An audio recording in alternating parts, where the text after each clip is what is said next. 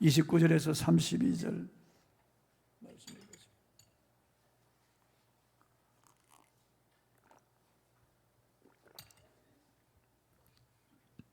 누가복음 11장 29절에서 32절 말씀입니다. 제가 봉독하겠습니다. 무리가 모였을 때 예수께서 말씀하시되 이 세대는 악한 세대라 표적을 구하되 요나의 표적밖에는 보일 표적이 없나니 요나가 니느웨 사람들에게 표적이 된 것 같이 인자도 이 세대에 그러하리라. 심판때에 남방 여왕이 일어나 이 세대 사람을 정죄하리니 이는 그가 솔로몬의 지혜로운 말을 들으려고 땅 끝에서 왔음이거니와 솔로몬보다 더 큰 이가 여기 있으며 심판때에 니느웨 사람들이 일어나 이 세대 사람을 정죄하리니 이는 그들이 요나의 전도를 듣고 회개하였음이거니와 요나보다 더 큰 이가 여기 있느니라. 아멘. 심판날에 복을 받을 자, 이런 제목으로 오늘 말씀을 선포하겠습니다. 동남아시아 국가들은 거의 불교를 믿습니다. 베트남, 태국, 라오스, 미얀마 이런 나라들, 그리고 스리랑카 다 불교를 국교로 믿는 그런 나라들입니다. 그 중에서 스리랑카는 국민의 99%가 불교도인 그런 나라입니다. 그 스리랑카의 실론 캔디라고 하는 곳에 전 세계 4억의 불교도들이 가장 영광스럽게 생각하고 신성시하는 불치사라고 하는 절이 있습니다. 이름하여 이빨 사원이라고 하는 절입니다. 주전 543년경 석가모니 화장터에서 0.5cm 되는 누렇게 퇴색한 왼쪽 송곳니 하나를 건져서 800년 후에 스리랑카로 가져온 것입니다.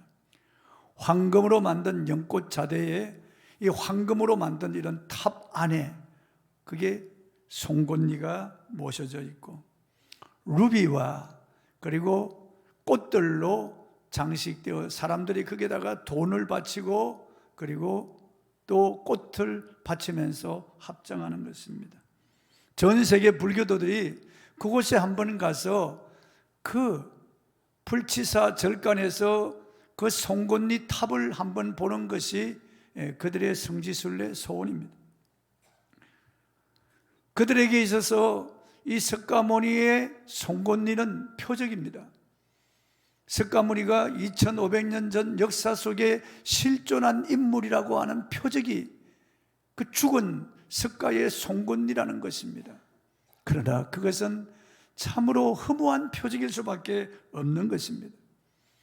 그 송곳니가 구원과 영생을 줄 수도 없고 그들에게 참된 위로와 평안이 될 수가 없는 것입니다. 오히려 그 송곳니를 참배하고 돌아올 때 그들의 마음 한구석에 죽어버린 석가에 대한 아마 허전한 마음이 생길지도 모릅니다. 구원과 영생은 오직 죽으시고 부활하신 예수 그리스도에게만 있습니다. 여러분. 유대인들은 표적을 구합니다. 사도 바울도 고린도전서 1장 20일에 유대인은 표적을 구한다고 했습니다. 예수님께서는 악한 세대가 표적을 구한다고 했습니다. 본문 29절입니다. 읽어보겠습니다. 무리가 모였을 때 예수께서 말씀하시되 이 세대는 악한 세대라 표적을 구하되 요나의 표적밖에 보일 표적이 없느니라. 악한 세대는 주님을 믿지 않는 세대예요. 이 세대는 표적을 구하는 그런 세대예요. 그래서 표적이 없으면 믿지 않습니다. 증거가 없으면 믿지 않는다 그 말이에요. 한때 엄청난 부흥이 일어났던 유럽과 미국의 신학자들이 언제부터인가 하나님 말씀을 믿지 않고 비평하기 시작했습니다. 그래서 이들은 종교다원주의를 가르쳐서 다른 종교에도 그 나름대로 진리가 있고 모든 종교는 다 선한 것이다. 그래서 한 곳을 향하여 가고 있을 뿐이다. 기독교만 구원이 있다고 하는 것은 그것은 잘못된 것이다. 기독교가 다른 종교를 배타시하는 것은 그건 잘못된 것이다. 올라가는 길은 다르지만 산 꼭대기에서 다 만나는 것처럼 모든 종교는 선한 것이고 모든 종교는 그 나름대로 구원을 제시하는 진리가 있다, 이렇게 가르치는 것입니다. 그들에게 배운 젊은 목사들이 이런 잘못된 것을 교회 안에서 퍼뜨려서 젊은이들이 그 교회에 붙어 있을 이유가 없는 거예요. 그래서 교회를 떠나는 것입니다. 그래서 성경에 있는 모든 기적들을 신화나 우화라고 그렇게 가르치기 때문에 더 이상 그런 것들이 그들에게 믿음이 될 수가 없었던 것입니다. 그들에게 영향을 받은 젊은이들이 성경은 자유를 속박하고 고리타분한 것이라고 생각하고 이제 교회를 떠나는 것입니다. 그래서 교회 안에 어린이, 청소년, 젊은이들이 없어지는 것입니다. 르네상스 이후에 다윈의 진화론을 가르쳤습니다. 그래 인간은 아메바로부터 진화되어 놓은 고등동물이라고 하는 것입니다. 그래서 유인원 같은 이런 원숭이, 침팬지 종류가 우리 인간의 조상이라고 그렇게 가르치는 것입니다. 그렇기 때문에 영혼도 없고 내세도 없는 거예요. 그러니까 오늘 죽을 것이니까, 내일 죽을 것이니까 먹고 마시자, 이런 사상이 팽배해진 것입니다. 한때 기독교 황금기를 구사하던 유럽교회 하나님께서 촛대를 옮기셨습니다. 마귀가 점령하니까 노인들만 몇 명 앉아서 예배를 드리다가 교회 운영이 안 되니까 예배당을 술집으로 팔아넘기고 무슬림 사원으로 팔아넘기는 것입니다. 근래 공산주의자들이 일어나서 유물사관에 의해서 인간을 하나의 물질로 보기 때문에 그들은 자기 목적을 이루기 위해서 사람들을 무참하게 죽이는 것이요, 특히나 기독교를 박해하기 때문에 기독교가 공산국가에서 살아남을 수가 없었던 것이에요. 미국은 한때 여러 도시에서 부흥이 일어났습니다. 조나단 에드워전의 영적 각성에 의해서 뉴욕주 전체 부흥이 일어났습니다. 그 부흥의 불길이 미국 전역에 퍼져나가기 시작했어요. 미국의 에즈메리 대학이라든지 아니면은 아주사 대학 같은 데 부흥이 일어난 유명한 그런 대학들이 많아요. 그런데 언제부터인가 미국의 부흥의 불길이 꺼져가기 시작했습니다. 1962년 케네디 대통령이 공립학교에서 성경 가르치고 기도하는 것을 금했습니다. 그리고 십계명을 다 떼어냈습니다. 그때부터 미국이 타락하기 시작한 것입니다. 그 악한 세대나 지금 이 세대나 표적을 보여달라고 하는 거예요. 표적이 없으니까 떠나는 거예요. 예수님께서는 요나의 표적 밖에는 보일 표적이 없다고 했습니다. 본문 29절입니다. 요나의 표적 밖에는 보일 표적이 없나니. 30절입니다. 요나가 니느웨 사람들에게 표적이 된 것 같이 인자도 이 시대에 그러하리라. 여기 표적이라고 하는 단어는 세메이온입니다. 기적, 이적과 같은 것입니다. 한마디로 어떤 사문이나 사건에 대한 사인과 같은 것입니다. 구약 성경에 오토라고 하는 히브리어로 표기되어 있는데 역시 결정적인 놀라운 증거라는 그런 뜻입니다. 예수께서 이 땅에 오셔서 수많은 이적과 기적을 행하셨습니다. 귀신들을 쫓아내시고 수많은 병든 자들을 고치셨습니다. 그리고 물로 포도주를 만드시고요, 소경과 맹인의 눈을 뜨게 하시고 말하지 못하는 농아의 입을 열게 하셔서 말을 하게 하셨습니다. 나병 환자를 말씀으로 즉시 깨끗하게 하셨습니다. 죽은 자를 살리셨습니다. 바람과 바다를 꾸짖어 잔잔하게 하시고 무리를 걸어오셨습니다. 예수님께서 행하신 그 이적이 너무 많아서 그걸 다 기록한다면 이 세상이라도 그 책을 두기에 부족할 것이라고 사도 요한은 말했습니다. 엄청난 그런 이적을 행했지만은 사람들은 더 큰 표적을 보여달라고 하는 거죠. 그래서 예수님께서는 요나의 표적밖에는 보일 표적이 없다, 그렇게 말씀하신 것입니다. 요나의 표적이 무엇입니까? 요나가 큰 물고기 뱃속에 들어가서 사흘 만에 다시 살아난 그런 표적을 말하는 것입니다. 예수님께서 십자가에 죽으시고 부활하실 것을 지금 말씀하시는 거죠. 기독교는 십자가와 부활이야말로 표적 중에 표적이라는 거죠. 죽은 자가 살아나는 것보다, 병을 고치는 것보다도, 바람과 바다를 잔잔하게 하보다 더 큰 표적이, 표적 중에 표적, 기적 중에 기적이 예수님이 십자가에서 우리 죄를 위하여 죽으시고 우리의 죄를 속죄하시고 사흘 만에 무덤에서 죽음을 죽이시고 걸어 나오신 이 표적이 가장 큰 표적입니다. 요나의 표적이죠. 역사 속에 수많은 위인들, 그들은 다 죽어서 송장이 되고 한 줌의 흙이 되어버리고 말았습니다. 모든 종교의 교주들 그들이 다 죽어서 송장이 되어서 썩어서 흙이 되어버렸죠. 마호메트도 사우디아라비아의 메다리에 그 무덤이 있습니다. 그리고 공자도 산동성에 그 무덤이 있고, 스가모니도 화장해서 그 뼈가 지금 세계에 돌아다니고 있습니다. 제가 소크라테스의 무덤에 가보았습니다. 다 무덤이 있어요. 그러나 예수님은 무덤이 없습니다. 예수님은 죽으신 지 사흘 만에 무덤에서 살아나셨습니다. 예수님의 무덤은 비어있는 것입니다. 예수님은 요나의 표적을 말씀하시면서 예수님이 죽으시고 부활하실 것을 말씀하시는 것입니다. 기독교는 종교가 아니에요. 기독교는 하나님의 나라 공동체요, 부활 공동체인 것입니다. 모든 사람들은 다 죽어서 한 줌의 흙은 채로 돌아가 버리고 마는 것입니다. 인간이 죽음 앞에 얼마나 허무합니까? 허망합니까? 사람들은 죽음에 두려워합니다. 자기는 이 땅에서 죽음에 매이지 않을 것처럼 살아가고 있지만 사실은 죽음이 시시각각으로 다가오고 있는 걸 알지 못하는 거죠. 며칠 전 신문에 장수의 저주라고 하는 큰 타이틀의 기사를 제가 읽어보았습니다. 한국인은 병든 채로 17년을 지나다가 죽는다는 것입니다. 건강수명은 66세인데 말이죠. 66세부터 83.5세까지 17년 동안 병으로 고생하면서 살다가 죽는다는 거예요. 할머니들 그 유모차 같은 거 이거 끌고 다니는 거 보면 얼마나 불쌍한지 알 수 없습니다. 예전엔 지팡이 잡고 다녔지만 지팡이도 못 집으니까 유모차를 끌고 거기 몸을 의지해서 겨우 걸어 다니시는 거예요. 여기 조인트 힐 병원에 가보면은 거의 90% 이상이 할머니, 할아버지들이에요. 안 아픈 데가 없어요. 66세까지는 그런 대로 잘 건강하게 생활하지만은 66세가 지나가면서 삭신이 아프기 시작하는 거죠. 관절마다 틀어지고 염증이 생기고 뼈 마디마디가 아프기 시작하고 오장육부가 다 낡아져서 고장이 안 나는 데가 없는 것이에요.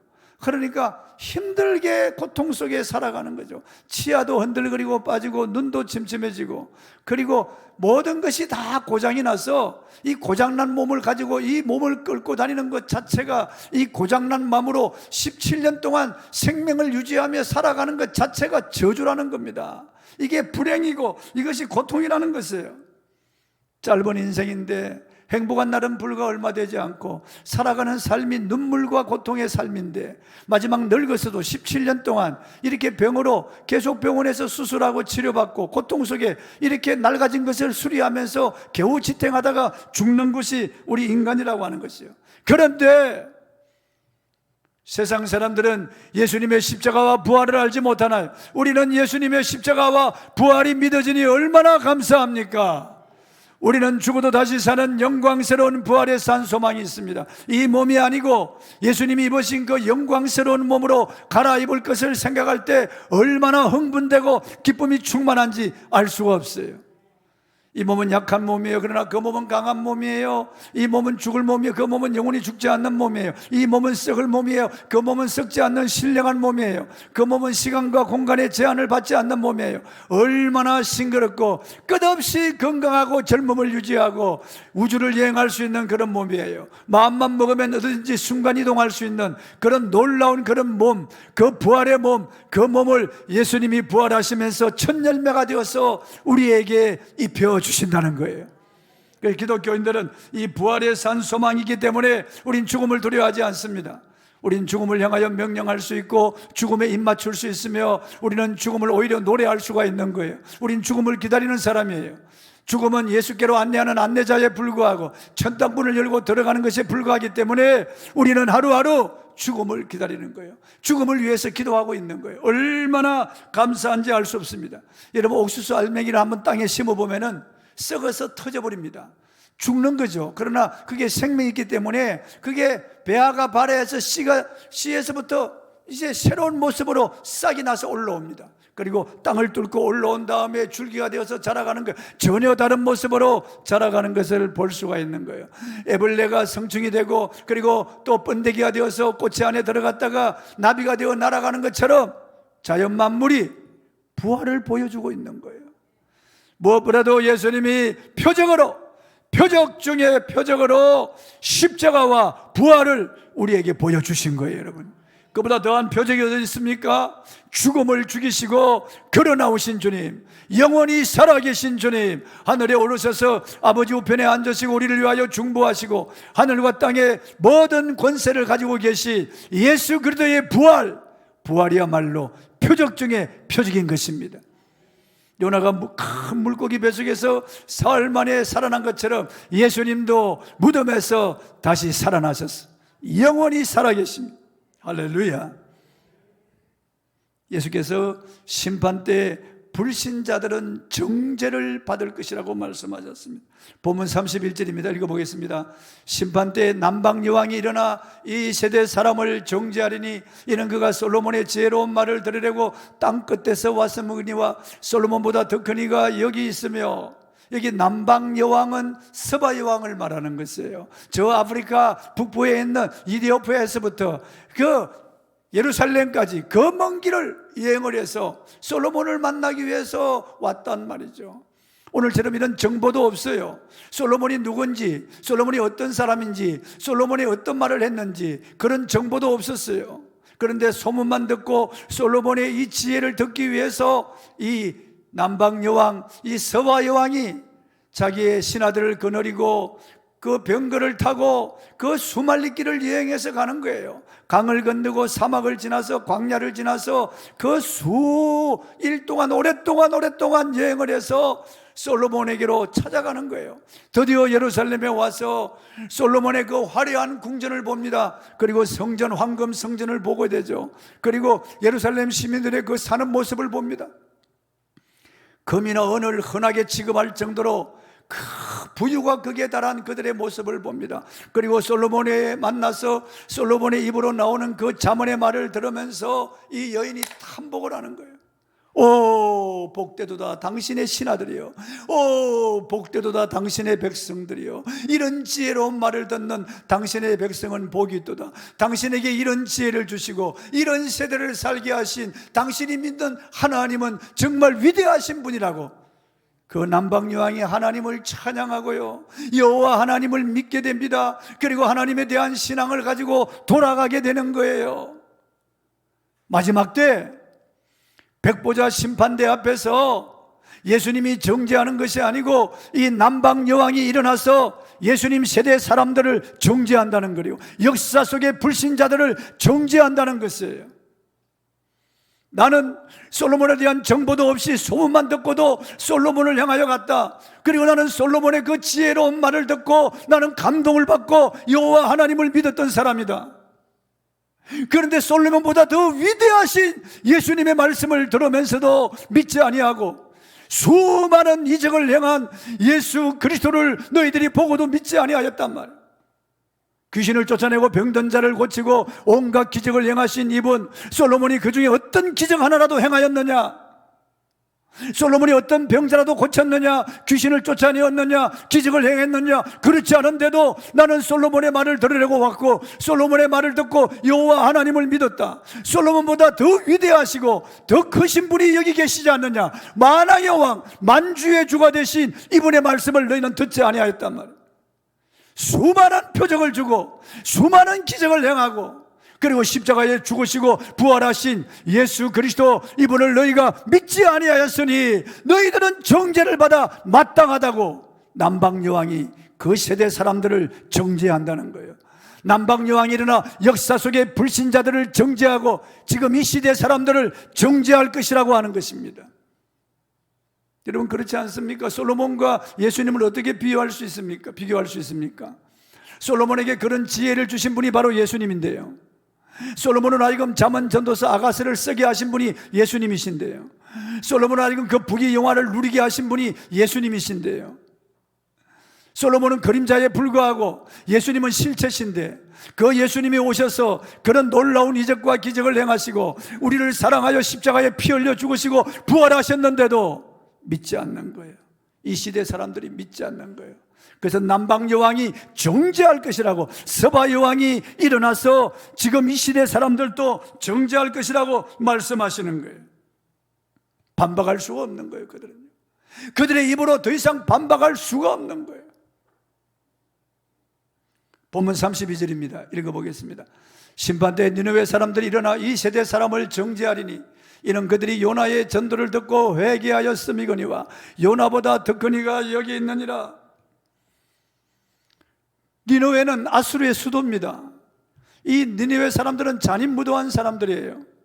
이 사람들은 이스라엘을 침략해서 사람들을 무참하게 죽이고 여인들을 겁탈하고요, 어린아이들 발목을 잡고 이 각진 그 벽에다가 쳐서 죽이는 이런 아주 악한 자들이에요. 이 사람들은 남자들을 포로로 잡아가서 그 사람들의 껍질을 벗겨서 북을 만들고 기름을 칠해서 불을 질러서 불타는 것을 보면서 즐기던 사람들이 이 잔인무도한 사람들이에요. 그래서 이스라엘의 철천지 원수였던 것입니다. 그래서 하나님께서 요나더러 니느웨 가서 하나님 말씀을 외치라고 할 때 안 갔던 거예요. 도망갔던 거예요. 너무너무 끔찍하고 가기 싫었던 거예요. 하나님이 도망가는 요나를 잡아서 큰 물고기 뱃속에 넣어서 3일 만에 다시 토해내게 했습니다. 회개시킨 다음에 토해내게 해서 요나가 어쩔 수 없이 니느웨에 가서 하나님 말씀을 외쳤습니다. 그런데 놀라운 것은요, 니느웨의 모든 사람들이 다 굵은 베옷을 입고 잿더미에 앉아서 금식하며 하늘의 하나님께 회개하고 용서를 구하고 부르짖어 기도하는 거예요. 왕과 신하들이 다 조복을 입고요, 그 조복을 벗고 굵은 베옷을 입습니다. 그리고 백성들에게 편지를 보냈습니다. 모든 백성들은 굵은 베옷을 입을 것이며 잿더미에 앉아 금식하며 하늘의 하나님 앞에 회개하며 용서를 구하라고 그렇게 조서를 내렸어요. 그리고 짐승들도 아무것도 먹이지 말고 베옷을 입히고 같이 금식하며 회개하라고 그렇게 보낸 거예요. 놀라운 일이 일어난 거예요, 여러분. 변방에서 온 한 이상한 녀석이 지나가면서, 복음도 아닙니다, 40이 지나면 니느웨가 무너지리라 하고 외치고 지나가는 거예요. 언뜻 보면은 저주 같은 말이 아닙니까? 그래서 미친 사람 취급을 할 수도 있고, 아니면 이게 무슨 간첩인가? 아니, 이 녀석이 어떤 녀석이냐? 우리를 조롱하는 거야? 우리를 저주하는 거야? 잡아서 곤장을 치든지 감옥에 집어넣든지 할 법한데 그렇게 하지 않았다는 거죠. 아니, 복음도 아니고 하나님이 말씀을 대언하라고 해서 외치는데 저주 비슷한 이런 말씀인데도 니느웨 사람들은 이 말을 듣고 그들은 굵은 베옷을 입고 잿더미에 앉아서 금식하며 회개하며 하나님 앞에 용서를 구했다는 것입니다. 그래서 하나님이 용서해 주셨어요. 사람이 죽으면 한 줌의 죄가 되잖아요. 잿더미에 앉았다는 것은 그들은 죽을 수밖에 없는 죄인이라고 하는 것을 보여주는 거예요. 그들이 굵은 베옷을 입은 것은 그들은 고통받아야 마땅할 죄인이라고 하는 것을 보여주는 거예요. 그들이 금식하는 것은 그들은 정말 죽어야 할 죄인이라고 하는 것을 하나님 앞에 보이면서 그들은 자기의 죄를 회개하고 용서를 구하는 그런 기도를 하는 겁니다. 요나 선자가 회개를 촉구하고 그들에게 40일이 지나면 니느웨가 무너지리라고 할 때 요나의 마음에는 사랑이 없었어요. 긍휼히 여기는 마음이 없었어요. 어떻게 하느냐 하면은 요나서 4장에 가보면 요나가 산 덩성이에 앉아서 니느웨 백성들이 회개하는 것을 보면서 분통을 터뜨립니다. 분통을 터뜨려요. 차라리 죽었으면 좋겠다고 화를 냅니다. 그래서 하나님이 박씨 하나를 거기서 심게 해서 박넝쿨로 하여금 요나의 머리를 이렇게 가려서 뜨거운 햇빛으로부터 서늘하게 해줍니다. 그 요나가 잠깐이라도 서늘하니까 기분이 좋은데 벌레가 박넝쿨을 깔아먹으니까 시들어 말라 죽어버립니다. 또 성질내는 거예요. 그때 하나님께서 말씀하십니다. 너는 박넝쿨 하나가 시들어 죽는 것을 보고 이렇게 화를 내는데 저 니느웨 성 안에는 좌우를 분별하지 못하는 어린아이들이 12만 명이나 살지 않느냐? 그리고 육축들도 많지 않느냐? 내가 그들을 불쌍히 여김이 마땅하지 않느냐? 하나님이 요나를 달래시는 것을 보는 것입니다. 얼마나 사랑의 하나님이십니까, 여러분? 요나는 니느웨 사람들을 사랑하는 마음이 조금도 없었어요. 그들이 구원받기를 원하는 마음이 없었어요. 그냥 하나님이 가서 외치라고 하니까 마지못해 온 거예요. 도망가다가 잡혀가지고 어쩔 수 없이 온 거예요. 요나의 마음속에는 그들을 미워하는 마음과 그들에 대한 분노가 가득한 거예요. 그럼에도 불구하고 어쩔 수 없이 지나가면서 무성의하고 외치는 거예요. 하루 길을 가면서 40일이 지나면 니느웨가 무너지리라 하고 외치면서 갔는데 엄청난 그런 반응이 나타나는 거예요. 막 사람들이 회개하는 거죠. 요나의 외침을 듣고 회개하기 시작합니다. 눈물 흘리기 시작합니다. 베옷을 입고 잿더미에 앉아 금식하며 하늘의 하나님 앞에 용서를 구하고 막 부르짖어 기도합니다. 그래서 하나님이 구원해 주셨다는 거예요. 어떻게 요나와 예수님을 비교할 수가 있겠어요, 여러분요? 이 사랑이 없는 요나와 예수님을 어떻게 비교할 수 있겠어요? 요나가 외친 외침과 복음을 어떻게 비교할 수 있겠어요, 여러분? 비교도 안 되는 거예요. 그래서 마지막 때 니느웨 사람들이 다 일어난다는 거예요. 60만 명의 사람들이 일어나서 그 세대 사람들을 정죄한다는 거예요. 그리고 2000년 역사 속에서 예수 믿지 않는 사람들을 그 사람들이 정죄한다는 거였다. 우리는 요나가 외치는 복음도 아닌 하나님의 말씀을 듣고 회개하고 우리는 구원받았다. 그런데 너희들은 복음을 듣고도 믿지 아니하였고 요나보다 더 크신 예수님 그분의 말씀을 듣고 믿지 아니하고 그분의 십자가와 부활을 보고도 믿지 아니하니 너희들은 정죄를 받아 마땅하다. 너희들은 정죄를 받아 마땅하다. 할 말이 없는 거예요. 마지막 심판 때에 할 말이 없는 거예요. 십자가와 부활은 우주 최고의 표적이에요. 더 이상의 표적이 없어요, 여러분. 예수님의 십자가와 부활은 우주 최고의 표적이에요. 십자가에서 예수님이 다 이뤘다고 죽으시는 그 순간 우리의 억만죄가 사해졌습니다. 죄인이 하나님께로 나갈 수 있는 길이 열리고 죄인과 하나님과 만나는 장소가 되었어요. 십자가는 구원의 표적이에요. 그리고 예수님이 부활하시면서 그분이 하나님이신 것과 그분이 우리의 구세주라는 것을 정명에 사인하셨어요. 최고의 표적이에요. 그런데 이 세대 사람들이 믿지 않습니다. 십자가를 조롱하고 부활을 조롱하는 거예요. 니느웨 사람들이 그 사람들을 정죄할 것이라고, 심판대 앞에서 니느웨 사람들이 그 사람들을 정죄할 것이라고 하는 거예요. 오래전에 독일의 바바리아 성에 사람들을 괴롭히던 포악한 루드비 공작이라는 사람이 있었습니다. 유럽에요, 귀족들에게 주는 자기가 5개가 있잖아요. 공작, 후작, 백작, 그리고 자작, 남작 5개 이런 직위가 있는데 그 공작이 가장 높은 그런 귀족 직위예요. 황손이든지 아니면 왕손들에게 주는 거예요. 그리고 영주, 그 조그마한 나라를 다스리는 영주들에게 주는 자기가 공작, 그 중에서도 대공은 아주 높은 그런 배설이에요. 그러니까 루드비는 대공이었습니다. 그런데 성안의 모든 사람들이 루드비를 두려워하는 거예요. 너무나 포악한 사람이라 이 사람은 두려워하고 무서워하고 떠는 거예요. 어느 날 공작이 사냥을 나갔다가 숲속에 한 작은 예배당을 발견했습니다. 그 예배당 안으로 들어가 보았어요. 오랜만에 제대 앞에 꿇어 엎드려서 기도하는데 앞에 글자가 탁 나타나는 거예요.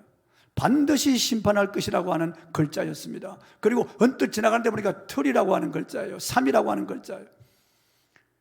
루드비는 두렵고 떨리는 마음으로 나왔습니다. 아, 하나님이 나를 심판하시는구나. 나를 심판하시는구나. 그 3이라고 하는 숫자는 3일인가? 3일인가? 아니면 석 달인가? 어떤 숫자, 어떤 뜻일까? 그래서 3일 후에 주님이 나를 심판하시고 나를 데려가신다. 그는 두려웠습니다. 3일 동안 그 부인에게 잘해주었고 자식들에게도 그리고 성 안에 있는 모든 사람들에게도 그는 정말 잘해주었어요. 그 3일 후에 성루에 올라가서 이제 심판이 임할 것인가를 기다리고 있는데 아무 일 없이 지나갔습니다. 아, 석 달이구나. 석 달. 3일이 아니고 석 달이란 뜻이구나. 그래서 3개월 동안 루드비는 최선을 다해서 백성들을 보살피고 식량을 풀고 선정을 베풀었습니다. 많은 백성들이 루드비가 사람이 변했다고 칭찬하기 시작했어요. 석 달이 지나갔습니다. 그런데 죽지 않는 거예요. 3년이구나. 3년이구나. 그래서 3년 동안 루드비는 최선을 다한 삶을 살았습니다. 정말 사랑으로 사람들을 대하고 선정을 베풀고 가족들과 백성들을 위해서 헌신적으로 3년 동안 봉사했는데 3년 후에 나팔을 불면서 한 무리의 사람들이 도착한 거예요. 루드비의 이 선정, 이게 백성을 사랑하는 그 소문이 퍼져서 황실에서 이 사람을 황제로 모시고 가는 거예요. 황제가 죽었는데 가장 황제 친족 중에서 루드비를 황제로 삼으려고 데려간 거예요. 여러분, 심판이 있습니다. 여러분, 주님의 심판이 있습니다. 반드시 심판이 있습니다. 예수께서 이 땅에 오시는 그날 인류의 마지막 때입니다. 역사가 끝나는 것이고 시간과 공간이 마감되는 날이에요. 하늘의 백보자가 펼쳐지고 예수님께서 거기에 앉으셔서 창세 이후로 죽은 자들을 심판하실 것입니다. 사람들은 자기들의 입으로 시인할 것입니다. 영상이 펼쳐지고 자기의 모든 죄가 한순간에 다 드러나게 될 것입니다. 그때 니느웨 사람들이 일어나서 남방유황이 일어나서 이 세대 사람들을 정죄할 것이에요. 심판대 앞에 있는 사람들을 정죄하기 시작할 것입니다. 하나님의 아들을 믿지 않는 죄가 가장 큰 죄라는 거예요. 요한복음 16장 9절에 예수 믿지 않는 죄가 가장 큰 죄라는 거예요. 계시록 20장 12절에 누구든지 생명책에 그 이름이 기록되지 못한 자는 불못에 던져지더라고 말씀하고 있어요. 계시록 22장 8절에 믿지 않는 자들은 영원한 불과 유황으로 타는 못에 참여할 것이라고, 이게 둘째 사망이라고 말씀했습니다. 사랑하는 성도 여러분, 예수께서 28절에 하나님의 말씀을 듣고 지키는 자들은 복이 있다고 했습니다. 하나님 말씀을 듣고 지키는 자는 복이 있다고.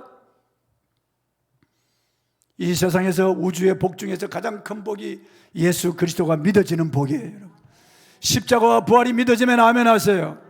크게 아멘 하십시오. 최고의 복입니다. 여러분, 믿어지지 아니하여 지옥으로 떨어지는 거예요. 믿지 못해서 지옥으로 떨어지는 거예요. 영원한 지옥불에서 고통을 당하는 것입니다. 그러나 믿어지는 사람은 심판을 받지 않습니다. 요한복음 5장 24절 내 말을 듣고 내가 진실로 너희에게 이르노니 내 말을 듣고 나 보내신 이를 믿는 자는 영생을 얻었고 심판에 이르지 아니하나니 사망에서 생명으로 옮겼느니라고 말씀하고 있는 것입니다. 그러므로 사랑하는 성도 여러분, 예수 그리스도가 믿어지는 것, 십자가와 부활이 믿어지는 것 감사하시기 바랍니다. 나 같은 사람을 택하여 주시고 구원해 주신 은혜를 감사하시기 바랍니다. 끝까지 복음 붙잡고 십자가 붙들고 믿음의 길을 가고 믿지 않는 자들에게 이 복음을 전하여 저들을 주님께로 인도하는 저와 여러분이 되기를 주의 이름으로 축원합니다. 찬송하겠습니다.